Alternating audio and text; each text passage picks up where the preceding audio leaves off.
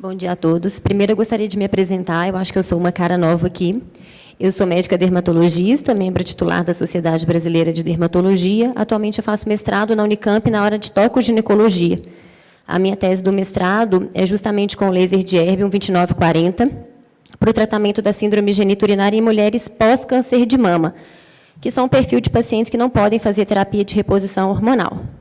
Por isso, eu tenho feito bastante revisão da literatura, e a Evidence me convidou hoje para apresentar para vocês uma pequena revisão dos artigos mais recentes e mais relevantes sobre o assunto.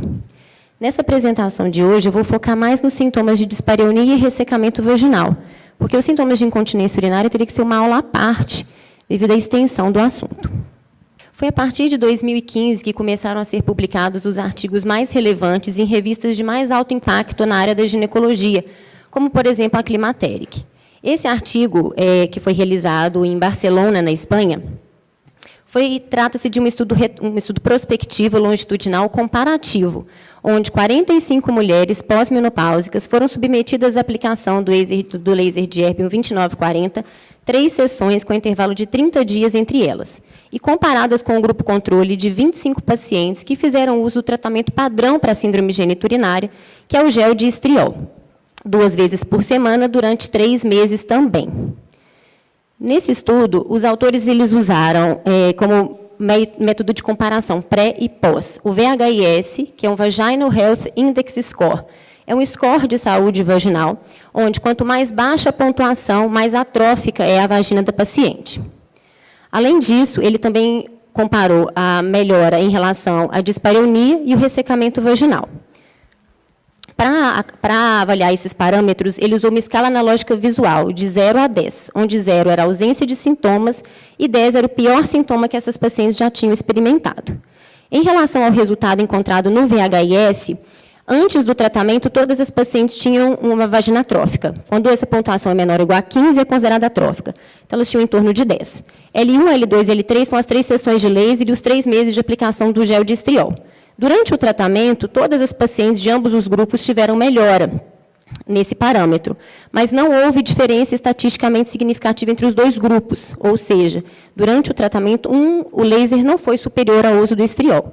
Porém, no follow-up de 12 e de 24 semanas, apesar de o gel de estriol ainda apresentar uma melhora nesse score, o laser foi superior. Houve uma diferença estatisticamente significativa entre os 2 tratamentos. Em relação à dispareunia e ao ressecamento vaginal, os resultados são semelhantes. Durante o tratamento, o laser não foi superior ao estriol, mas no follow-up de 12 e de 24 semanas, ele se mostrou superior. Os mesmos autores, no ano seguinte, 2016, fizeram agora um estudo piloto, publicado também numa revista de alto impacto, que é a Menopause, dessa vez em pacientes pós-câncer de mama. Não foi um estudo comparativo, só um estudo prospectivo longitudinal, uma avaliação pré e pós, onde 43 pacientes sobreviventes de câncer de mama foram submetidos ao mesmo protocolo do estudo anterior. 3 sessões, com intervalo de 30 dias entre elas, a mesma máquina, os mesmos parâmetros foram usados. Aqui ele também usou o Vaginal Health Index Score e também avaliou a dispareunia e o ressecamento vaginal. O follow-up aqui foi um follow-up bem maior, de 18 meses de acompanhamento. Como resultado, a gente pode ver o seguinte, que o uso do laser ele se manteve benéfico, ou seja, na escala visual analógica, igual eu já tinha comentado em relação ao estudo anterior. No início, as pacientes tinham muitos sintomas, tanto em relação à dispareunia quanto em relação ao ressecamento, e apresentaram uma melhora importante que se manteve, essa melhora, até o 12º mês de tratamento, mas não se manteve a partir do 18º, em relação a essas 2 variáveis, e também em relação ao Vaginal Health Index Score. Aqui a gente pode ver que há uma diferença estatisticamente significativa entre o início do tratamento e até 12 semanas, mas essa diferença não se manteve após 18 meses de tratamento. Um dos estudos mais recentes que eu encontrei foi esse desses autores argentinos, novamente um estudo prospectivo comparativo longitudinal, comparou, então, pacientes com laser de 2940 com o tratamento padrão de óvulos de estriol. Nesse estudo, ele fez uma coisa interessante, que ele preparou a vagina das pacientes com estriol 2 vezes por semana, por 3 semanas.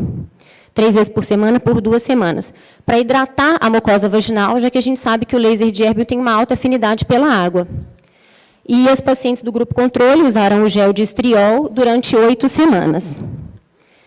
Esse estudo também teve um follow-up de 18 meses, e ele usou como variáveis a dispareunia, a irritação, o ressecamento e a leucorreia crônica.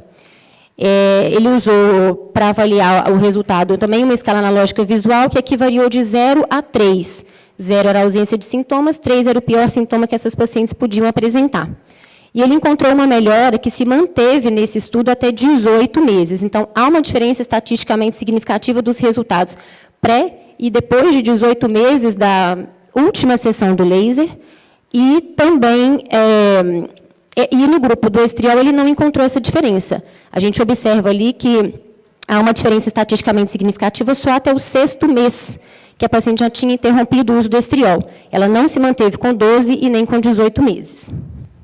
Esses mesmos autores biopsiaram 6 pacientes do grupo laser, com 1, 3, 6 e 12 meses após a última aplicação.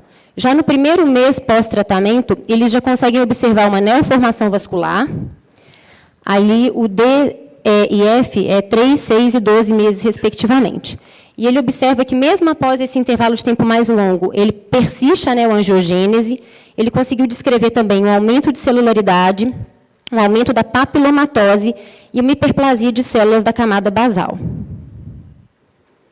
Concluindo, então, tudo que eu já li a respeito desse assunto, eu acho que o laser de Ebel 2940, de pulso longo, que é a forma não ablativa do laser, é eficaz e segura para o tratamento da síndrome geniturinária, é uma alternativa para os pacientes que não podem fazer terapia de reposição hormonal. Os efeitos, então, eles são comprovados até 18 meses da última sessão do laser, e tem poucos efeitos colaterais e a dor é praticamente nula. O que há ainda que melhorar nesse assunto? Poucos estudos, ainda. O primeiro estudo que eu achei foi do ano 2000, então a gente está precisando de publicar mais, se Deus quiser, agora para frente a gente vai ter novos estudos. Nenhum foi ensaio clínico randomizado, todos são mais uma série de casos. Muitos conflitos de interesse com os fabricantes do laser, um número pequeno de pacientes em cada estudo, e ainda uma terapia cara e pouco acessível para a maioria dos pacientes. Obrigada. Obrigado, Fernanda.